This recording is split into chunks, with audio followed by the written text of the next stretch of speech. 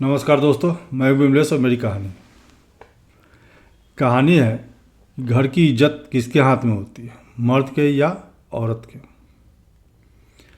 ऐसे कहा जाता है कि घर की औरत लक्ष्मी होती है।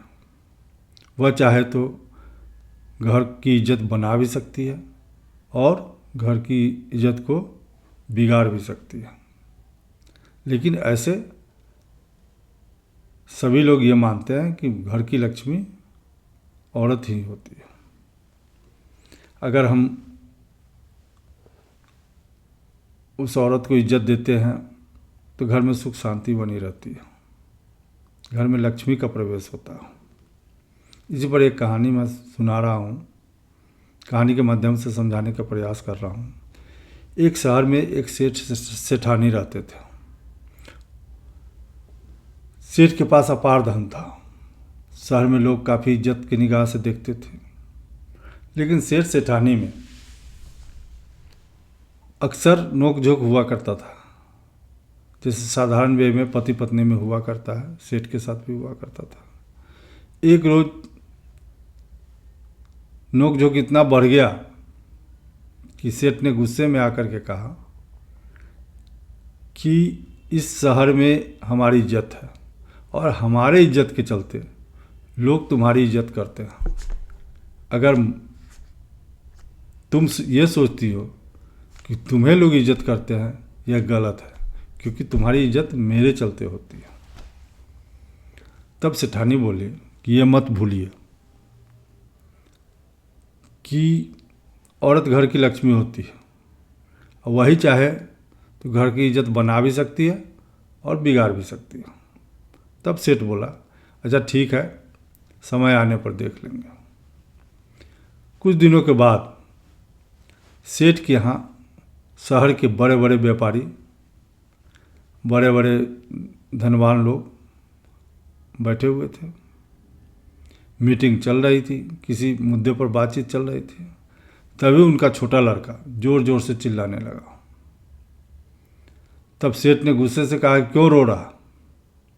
तब सेठानी बोली कि खिचड़ी के लिए रो रहा। तो सेठ ने कहा कि दो खिचड़ी उसको। तो सेठानी बोली कि अभी भरपेट खाया और फिर मांग रहा है। घर में और भी तो बाकी लोग हैं, उनके लिए भी तो सोचना है कि सब इसी को खिला दो। सेठानी इतना कह करके अंदर चली गई। अब वहाँ जो शहर के लोग बैठे हुए थे, उन लोगों ने अपने आपस में विचार करने लगे कि इतना बड़ा सेठ और खिचड़ी के लिए घर में झगड़ा होता है। सेठ को भी बुरा लगा। सेठ की इज्जत चली गई कि इसके घर में खिचड़ी के लिए झगड़ा हो रहा है और बाहर इतना बड़ा सेठ बना फिरता है। सेठ दुखी हो गया। जब रात को सेठ सेठानी के पास पहुंचा तो कहा कि तुमने तो इज्जत आज हमारा गिरा दी। अब मैं तभी समझूंगा कि इस इज्जत को फिर से वापस ला करके दिखाओ। तो सेठानी बोली कि ये कौन सी कठिन बात है, कल आप फिर उन सबको बुला लीजिए। कल होकर के सेठ फिर सभी लोगों को बुलाए। महफिल सजी हुई थी, तरह तरह की बातें हो रही थी। तभी उनका लड़का फिर से रोने लगा।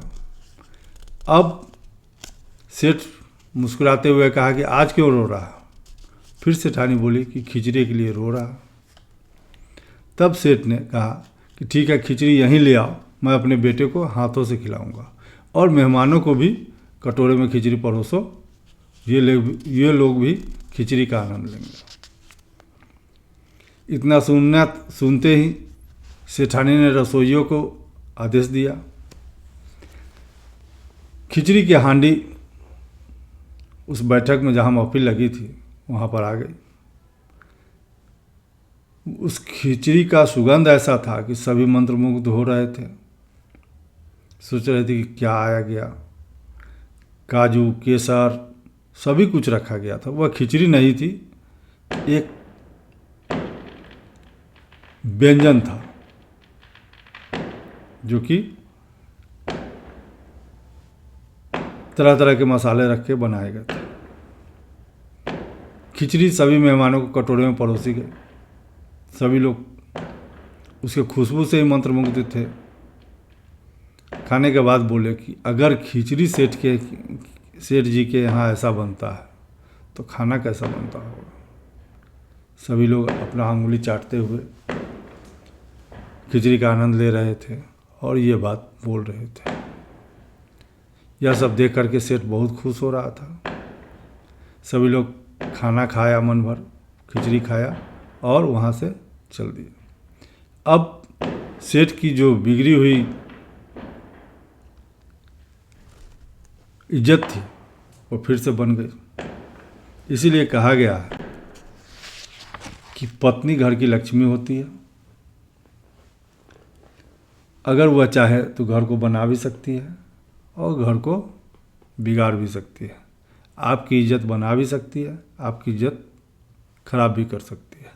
इसलिए पत्नी को हमेशा इज्जत देना चाहिए, उनसे इज्जत से बात करनी चाहिए, क्योंकि पत्नी अर्धांगिनी होती है। जीवन का दो पहिया है।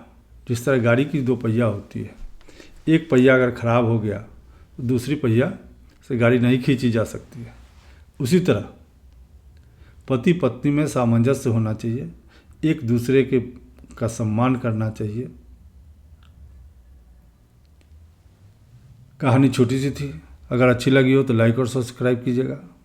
कहते हैं ना, करो कुछ ऐसा कि दुनिया करना चाहे तुम्हारे जैसा। नमस्कार।